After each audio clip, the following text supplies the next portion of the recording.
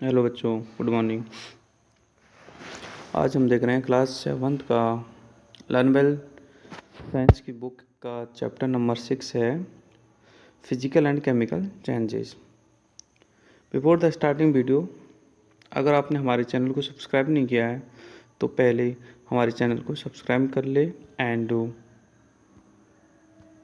इसे अपने friend circle में या फ्रेंड्स के साथ में शेयर करें ताकि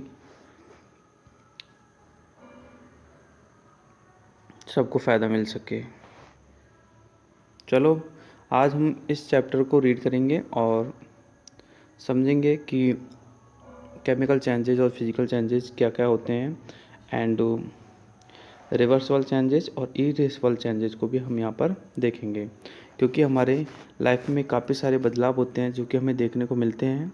ठीक है, हमारे सामने, हमारे एनवायरनमेंट में, हमारे एटमॉस्फेयर में, तो इन सभी चेंजेस को हम यहाँ पर आज डिस्कस करने वाले हैं। सो बने रहिए इस वीडियो में अंत तक। ठीक है, आई होप कि आपको ये वीडियो पसंद आएगा एंड आप सभी को बहुत कुछ सीखने को मिलेगा। चलो स्टार्ट करते हैं।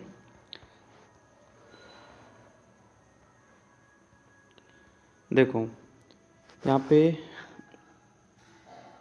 बहुत सारे चेंजेस होते हैं जो कि अपनी लाइफ में हमें देखने को मिलते हैं। जैसे देखो, there are so many changes that take place around the everyday.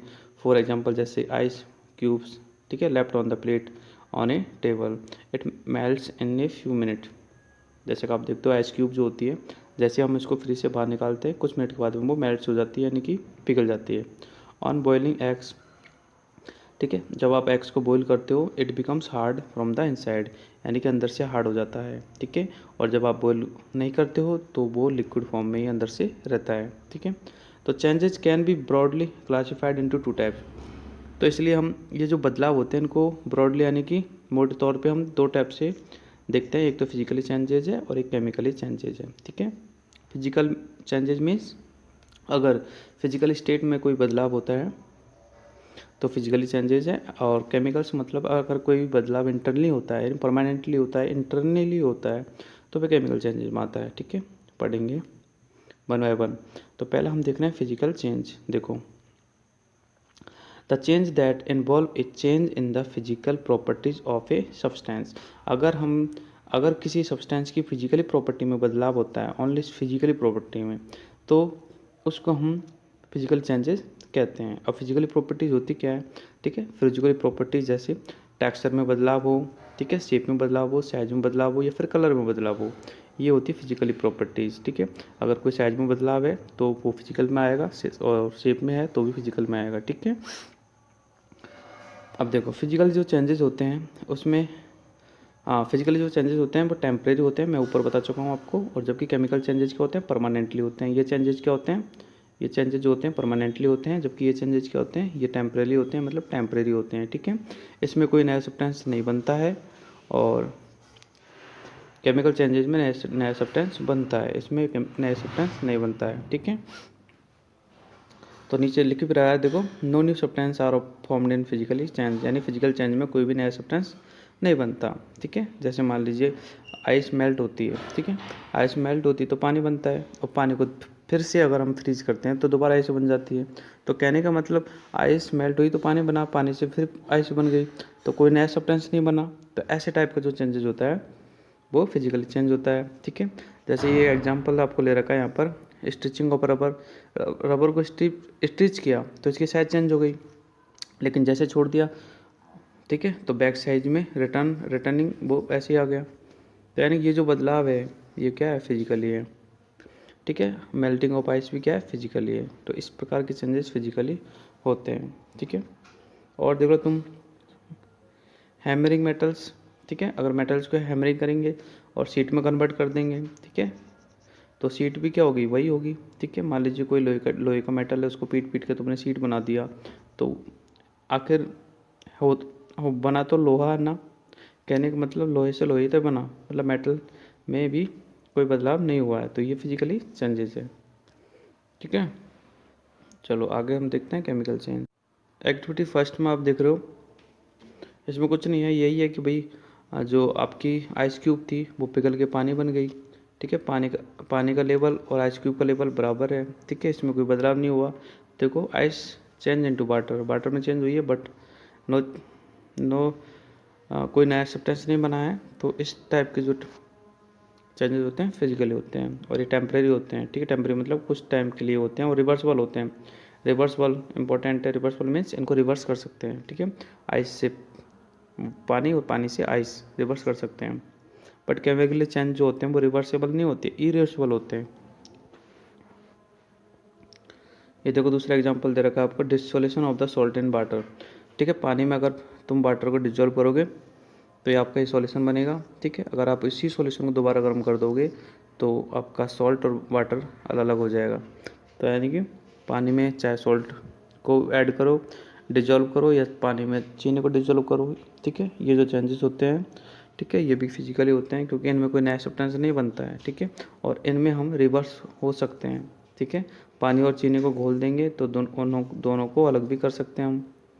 ठीक है, ऐसी कोई बात नहीं है। तो ये टेम्परेरी चेंजेस होते हैं यानी फिजिकली होते हैं। ओके, अब यहाँ पर हम कुछ कैरेक्टरिस्टिक्स देखते हैं फिजिकली की।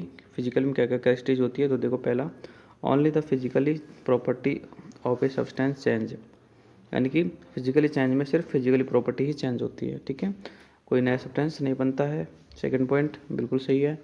Third point, most physically changes are reversal, ज़्यादातर जो फिजिकल चेंजेस होते हैं वो रिवर्सल होते हैं। रिवर्सल का मतलब अपनी बैक पोजीशन में आ जाते हैं। ठीक है, और almost all physical changes are temporary, सभी फिजिकल चेंजेस टेम्पररी होते हैं, कोई परमानेंट नहीं होता है। ठीक है, जैसे देखो फायर क्रैकर्स है।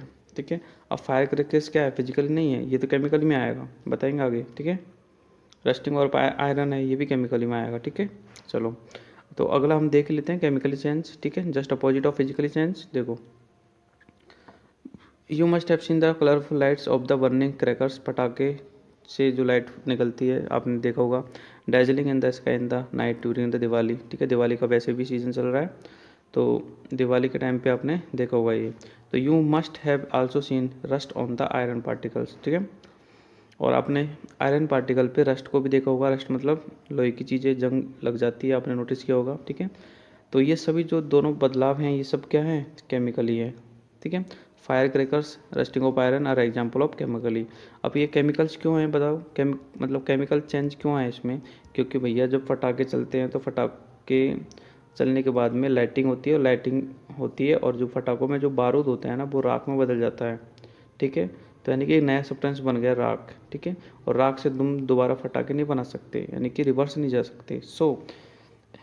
ये चेंजेस जो होते हैं क्या होते हैं, केमिकली चेंजेस होते हैं। और केमिकल चेंजेस ई रिवर्सिबल चेंजेस होते हैं, या हम कह सकते हैं केमिकल चेंजेस क्या होते हैं, परमानेंट होते हैं। ठीक है, समझ में आपको आ गया होगा अच्छे से।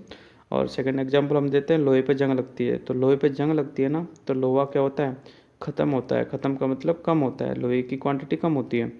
तो लोहे का जंग लगना मतलब लोहे में जंग लगेगा, रस्ट लगेगी, तो एक नया सब्सटेंस बनता है, इसलिए इसमें रिवर्स नहीं जा सकते हम। तो ये भी केमिकली चेंज हो गया। ठीक है, तो देखो, the change that involve changing in the composition. ठीक है, द चेंज, ऐसा चेंज जिसमें इन्वॉल्व हो changing in the composition. Composition means, ठीक है, कंपोजिशन मतलब है कि कोई पहले सब्सटेंस है उसमें कुछ बदलाव हो इंटरनली। ठीक है, and chemically properties of a substance is called chemical change, यानी जिसमें कंपोजिशन में बदलाव हो या फिर उसके सब्सटेंस में बदलाव हो तो उसे हम क्या बोलते हैं, केमिकल चेंज बोलते हैं। जैसे जैसे आयरन। ठीक है, रस्टेड आयरन में क्या होता है, जो लोहा होता है पहले भी लोहा होता है। ठीक है, जंग लगने से पहले भी लोहा होता है, जंग लगने के बाद भी लोहा होता है, लेकिन लोहे की जो कंपोजिशन है उसमें क्या हो जाता है, बदलाव हो जाता है। ठीक है, जैसे पहला जितना लोहा होता है, रस्ट लगने के बाद में लोहा उतना नहीं होता है। ठीक है, जंग लगने के बाद में लोहा धीरे धीरे क्या होता है, ख़त्म होता है। तो कंपोजिशन में बदलाव हो गया। ठीक है, कंपोजिशन में बदलाव होएगा तो क्या होगा, केमिकली चेंज होगा। तो in these type of the changes new substance is formed, यानी कि केमिकल चेंजेस जो होता है उसमें नया सब्सटेंस बनता है।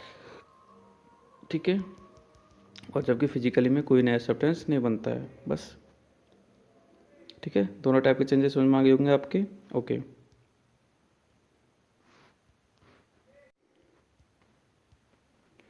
देखो बर्निंग ऑफ वुड, अगर हम लकड़ी को जलाएंगे तो क्या होगा बताओ, लकड़ी को जलाएंगे तो राख मिलेगी, और राख से फिर से लकड़ी तुम बना लोगे क्या? बताओ, नहीं बना पाओगे। तो यानी कि जो रिवर्स नहीं होते वो सभी क्या होते हैं? केमिकली होते हैं। ठीक है, नया सब्सटेंस बनता है, लकड़ी को जलाएंगे तो नया सब्सटेंस बनेगा क्या? ऐश यानी कि राख। ठीक है, तो ये क्या है? केमिकली चेंज है। देखो, राइपनिंग ऑफ द फ्रूट्स यानी कि फ्रूट्स पकते हैं।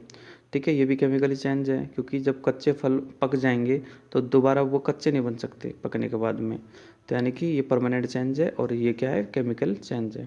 ठीक है, तो यानी कि पढ़ लो, these changes in are irreversible, मतलब जो रिवर्स नहीं हो सकते और परमानेंट होते हैं। ठीक है, ऐसे चेंजेस क्या होते हैं? फिजिकली, वो केमिकली होते हैं, जैसे ripening of fruits, burning of would. ठीक है, कुकिंग ऑफ फूड, देखो खाना बनना, ये भी क्या है? फिजिकली चेंज, वो केमिकली चेंजेज है। ठीक है, एक बार खाना बन जाएगा। मान लीजिए आपने सब्जियां लाए मार्केट से, काट पीट के आपने सब्जियां बना ली। ठीक है, तो उस सब्जी से आप कच्चे वाली सब्जी नहीं बना सकते, यानी कि जो रॉ सब्जी लाए थे आप मार्केट से, वो वापस नहीं बना सकते। सो परमानेंट चेंज है, सो केमिकल है। और भी कुछ एग्जाम्पल है बहुत सारे, जैसे देखो कर्ड, सेटिंग ऑफ कर्ड या फॉर्मेशन ऑफ कर्ड। ठीक है, दूध से दही बनना क्या है? केमिकल है, क्योंकि दूध से दही बन गया, अब दही से दोबारा दूध नहीं बन सकता, इसलिए केमिकल चेंज है। डाइजेशन ऑफ फूड, फूड का डाइजेशन एक बार हो गया तो दोबारा फूड नहीं बन सकता, इसलिए केमिकल चेंज है। ठीक है, बर्निंग ऑफ क्रैकर्स तो देख लिया आपने। और कलर, देखो कलर में चेंजेस, जैसे मान लीजिए आपने फ्रूट्स के जो टुकड़े होते हैं उनमें कलर में बदलाव आ जाता है, जैसे बैंगन को काटते हो तो वो ब्लैक कलर का हो जाता है, ये भी केमिकली चेंज है। ठीक है, और एप्पल को काट के रखते हो तो वो भी अपना कलर बदल लेता है। ठीक है, वो भी केमिकल चेंज है।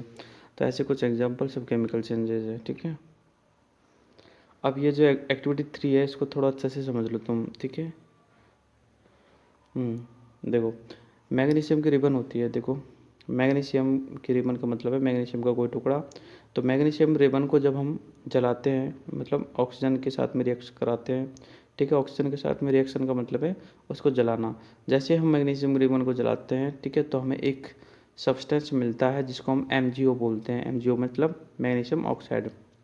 Mg means magnesium, O means oxide, तो MgO मैग्नीशियम ऑक्साइड। ठीक है, ये क्या होती है? ऐश होती है। ऐश मतलब राख होती है। ठीक है, तो यानी कि मैग्नीशियम के रिबन को जलाई तो हमें राख मिली, यानी कि एक नया सब्सटेंस मिला जो कि क्या है? केमिकली चेंजेज है। ठीक है, बस इतना ही आपको इसमें ध्यान रखना है। और उस MgOH को, सॉरी, उस MgO को मतलब मैग्नीशियम ऑक्साइड को, ठीक है, अब दोबारा वाटर के साथ में रिएक्शन कराओगे, यानी कि MgO को वाटर के साथ में रिएक्ट कराओगे तो क्या बनेगा? MgOH2 यानी मैग्नीशियम हाइड्रोक्साइड बनेगा। ठीक है, तो ये दो रिएक्शंस हैं, वो आपको ध्यान रखनी है।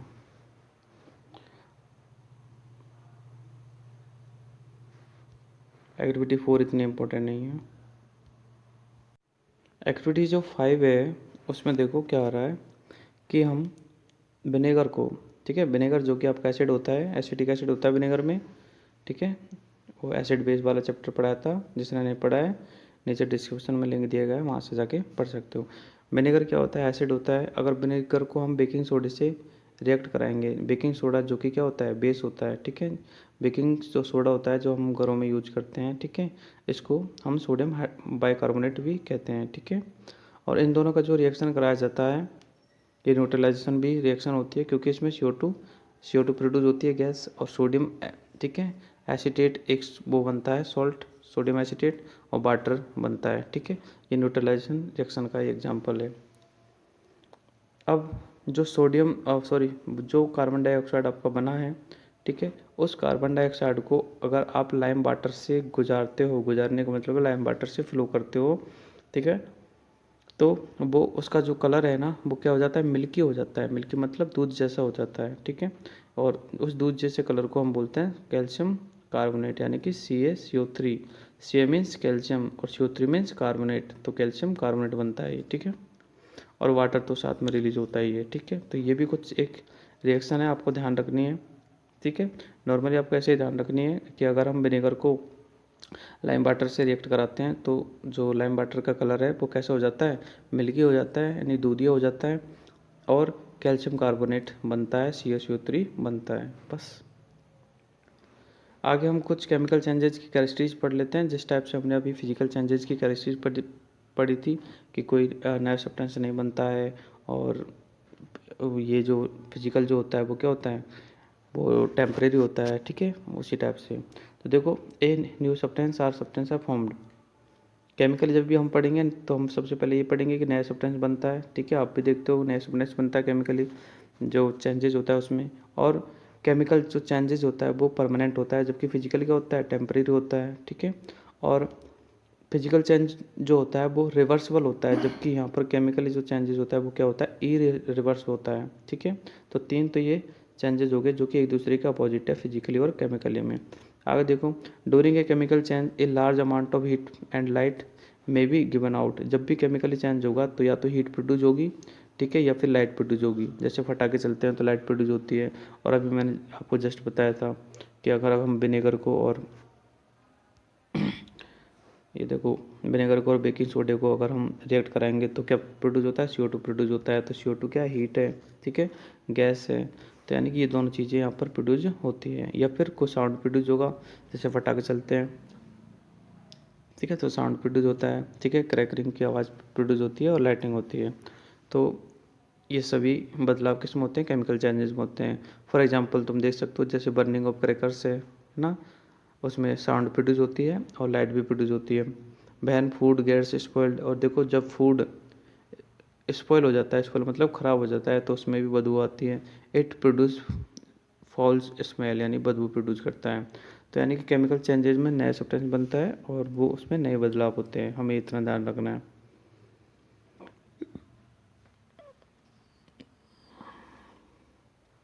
अब देखो, नीचे एक टेबल दे रखी है जिसमें फिजिकल और केमिकल चेंजेस के बदलाव को शो किया गया है। जैसे पैरामीटर्स क्या हैं कि नया सब्सटेंस बनता है, किस में बनता है बताओ, केमिकल में बनता है, इसमें नहीं बनता, ठीक है। और नेचर ऑफ चेंज, ठीक है, केमिकल में परमानेंट होता है और जबकि इसमें क्या होता है, फिजिकल में टेम्परेरी होता है। और रिवर्सिबिलिटी की बात करते हैं तो केमिकल में बिल्कुल नहीं होता रिवर्सिबिलिटी, यानी कि यही रिवर्सिबल होता है, जबकि फिजिकल में रिवर्स हो जाती है चीज़ें, ठीक है। तो ये तीन पैरामीटर के अकॉर्डिंग हमने इनके। आगे हम देख रहे हैं रस्टिंग ऑफ द आयरन, ठीक है, आयरन पे जो रस्ट लगती है जिसको हमने स्टार्टिंग में डिस्कस किया था अभी, ठीक है। तो ये क्या है, केमिकल चेंज है, ठीक है। तो देखो, you must absorb that when iron object are left expose to the moist air, यानी कि आयरन ऑब्जेक्ट को हम खुले में छोड़ देते हैं तो वो मोस्ट एयर के साथ में रिएक्ट करता है। मोस्ट एयर का मतलब है गीली एयर, ठीक है, यानी कि थोड़ा बहुत गीलापन हो उस एयर के साथ में रिएक्ट करता है और अपने आप को, ठीक है, अपने आप पे एक लेयर उस पर आ जाती है, ब्राउन कलर की फ्लैकी लेयर आ जाती है जिसको हम क्या बोलते हैं, रस्ट बोलते हैं, और वो उसके सरफेस पे छा जाती है। This brown layer on the iron nail is hydrate iron oxide, इसको क्या बोलते हैं, आयरन ऑक्साइड बोलते हैं।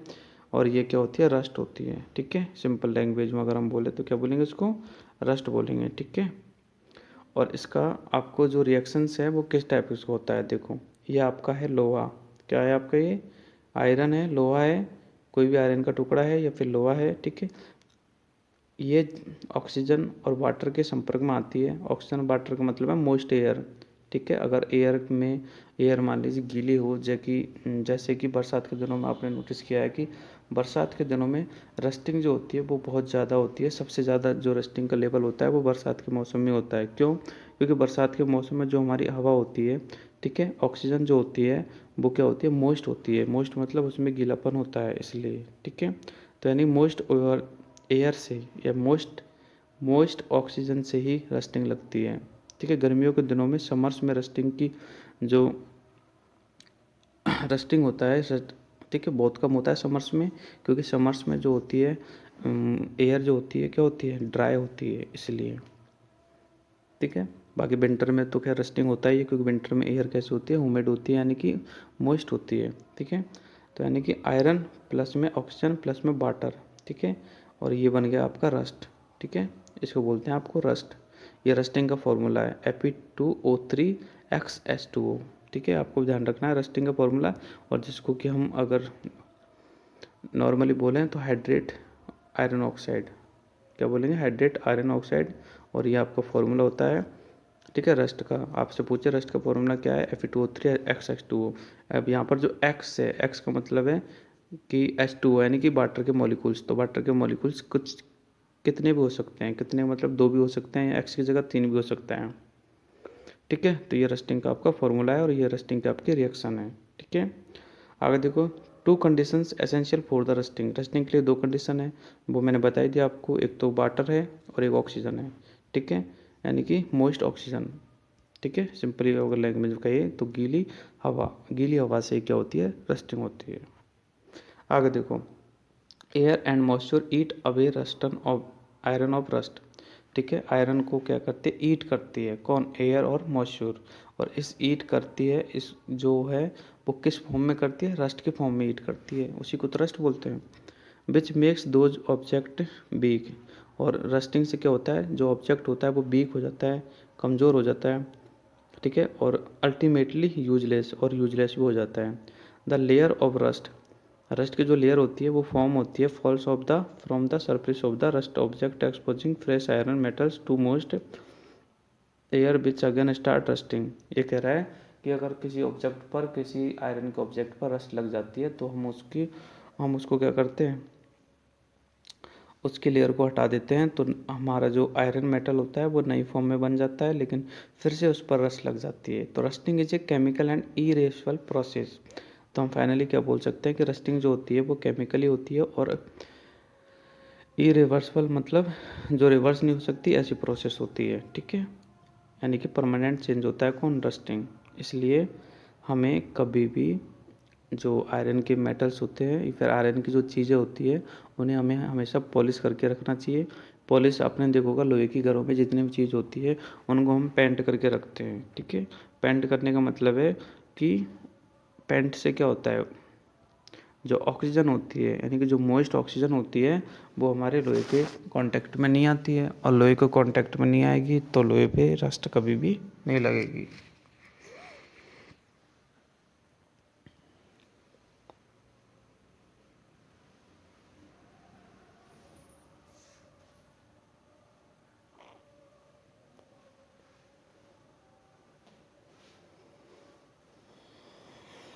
ठीक है, तो ये हो गया आपका एक्टिविटी 6, इतनी इम्पोर्टेंट नहीं है। अब चलते हैं नेक्स्ट पेज पे। अब हम बात करते हैं कि भाई रस्टिंग तो हो गई, वह रस्टिंग से किस प्रकार अपने आप को प्रिवेंट कर सकते हैं यानी बचा सकते हैं। ठीक है, तो देखो, रस्टिंग से बचने के लिए हम काफ़ी सारे मेथड्स यूज़ करते हैं, जैसे पेंटिंग है या फिर किसी भी मेटल की कोटिंग है। ठीक है, पढ़ते हैं। पहला है कि रस्टिंग से हम कैसे बच सकते हैं, तो पहला पॉइंट है by coating the iron surface with grease और ऑयल। यानी कि जो लोहे की सरफेस है उस पर ग्रीस लगा दो या फिर ऑयल लगा दो। ठीक है, उससे भी हम क्या कर सकते हैं, उस पर रस्ट नहीं लगेगी। क्यों नहीं लगेगी, अरे सिंपल सा एग्जाम्पल है, अगर लोहे को मोस्ट एयर टच नहीं करेगी तो रस्ट नहीं लगेगी, सिंपल सा बस। ठीक है, इसलिए हम उस पर ग्रीस लगा देते हैं, क्योंकि जो बाहर की हवा होती है वो सिर्फ ग्रीस को टच करती है, लोहे को टच नहीं करती, तो इसलिए लोहा रस्टिंग से बच जाता है।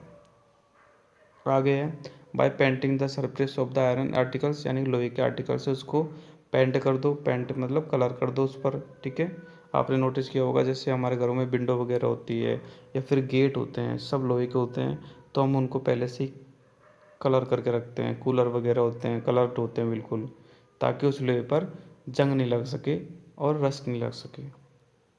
आगे देखो, both the above method are cut from the contact, वही है जो मैं बता रहा हूँ, यानी कि कॉन्टैक्ट को कट करती है, किससे, मेटल से, किसकी, हवा की, यानी कि मॉइस्ट जो एयर होती है उसकी, और इसलिए रस्टिंग से क्या हो जाती है, प्रिवेंशन हो जाती है, यानी सुरक्षा हो जाती है। थर्ड पॉइंट है by coating iron with a layer of other metal, या फिर ऐसा कर सकते हैं कि आयरन पर जो है अदर मेटल की कोटिंग लगा देते हैं। अदर मेटल की कोटिंग का मतलब है परत चढ़ा देना। ठीक है, लेयर चढ़ा देना, जैसे आपने नोटिस किया होगा लोहे की जो जितनी भी ज़्यादातर चीज़ें होती हैं उन पर किसी दूसरे मेटल की, जैसे एल्यूमिनियम की कोटिंग की जाती है या फिर किसी और की कोटिंग की जाती है। ठीक है, वो है।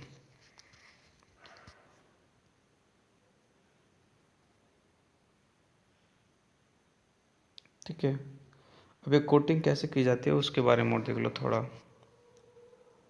देखो, important, the process of coating a thin layer of another metal, यानी किसी दूसरे मेटल की थिन लेयर को चढ़ाना, किस पर,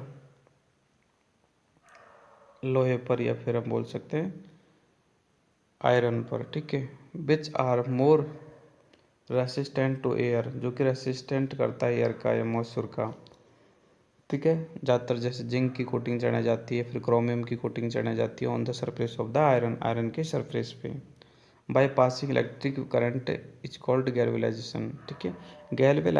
galvanisation is the process in which, ठीक है, कोटिंग की जाती है, मतलब किसी भी मेटल्स की, किसी भी अदर मेटल्स की आयरन पे कोटिंग की जाती है। आयरन पे कोटिंग का मतलब है आयरन पे लेयर चढ़ाई जाती है, उस प्रोसेस को गैल्वेनाइजेशन बोलते हैं। और गैल्वेनाइजेशन जो प्रोसेस होती है वो इलेक्ट्रिक करंट को पास करके की जाती है, इसलिए यानी इसमें इलेक्ट्रिकल की ज़रूरत होती है। आगे देखो, by mixing iron with corrosion resist metal और some non metals from the alloys, ठीक है। अगला जो आपका मेथड है प्रिवेंशन का वो ये है, या तो कोटिंग चढ़ा दो, गैल्वेनाइजेशन कर दो, और नहीं करो तो फिर आप क्या करो, लोहे को किसी अदर मेटल के साथ में मिक्स करके ही चीज़ें बनाओ, ठीक है। जैसे लोहे को नॉन कोरोजिव और भी मेटल्स होते हैं उनके साथ में मिक्स कर दो, ठीक है। काफ़ी एलॉज होते हैं जैसे कि स्टील है, तो स्टील में जंग नहीं लगता, क्यों? क्योंकि स्टील जो होता है अपने आप में कोई मेटल नहीं है। स्टील जो होता है किसी दो या दो से अधिक मेटल्स के मिक्सर का ही एग्जाम्पल है, ठीक है। समझ में आ रहा है? और वो किसके मिक्सर का एग्जाम्पल है तो वो देख लो।